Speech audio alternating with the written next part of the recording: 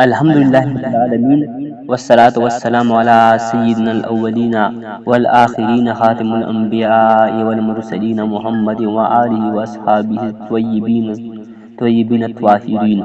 Bismillahir Rahmanir Rahim.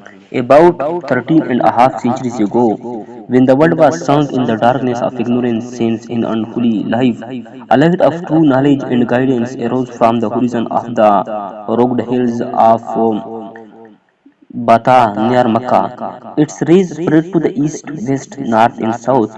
They reached every corner of the earth, and within the short period of 23 years, the way was paved through that light for mankind to move to such heights of glory as had never been attained before. It enlightened the Muslims and created in them the urge for taking the right direction, which would ultimately bring them their salvation.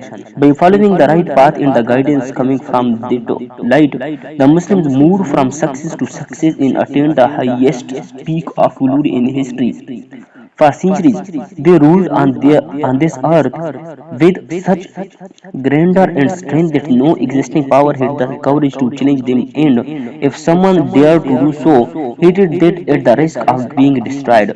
This is a historical truth which cannot be erased, but alas, this fact of history has only become a fiction, an ancient tale to narrate which may sound meaningless and ridiculous, particularly in the context of the present day life of Muslims, which is obviously a blot on the brilliant performance and achievement of their ancestors, the early followers of Islam.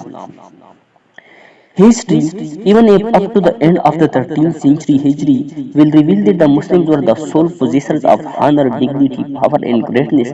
But when one turns one's eyes away from the pages of the history books and looks at the Muslims of today, one sees the picture of a Muslim sunk in a misery and disgrace, a people who possess no real strength or power, honor or dignity, brotherhood or mutual love, and reflect no virtues or moral characters worth the name. One cannot find any sign in them of those noble deeds which at one time used to the symbol of each and every Muslim. Nowadays, there can hardly be a living person who can be said to have purity or sincerity of conscience. On the contrary, Muslims are sunk in vice and sin. They have wandered away so far from the path of virtue which at one time used to be their hallmark, that the enemies of Islam talk and discuss their affairs with delight, disrespect, and laughter. Unfortunately, the matter does not end here.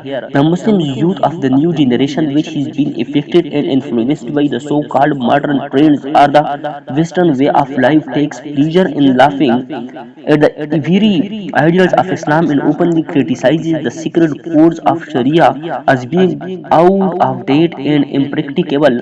One wonders at such behavior and finds that a people who once gave strength, happiness, honor, and peace to the entire mankind have now become completely demoralized, cold, shallow, and helpless. Those who had once taught the world the golden lessons of manners and culture are today found wanting in these very beautification.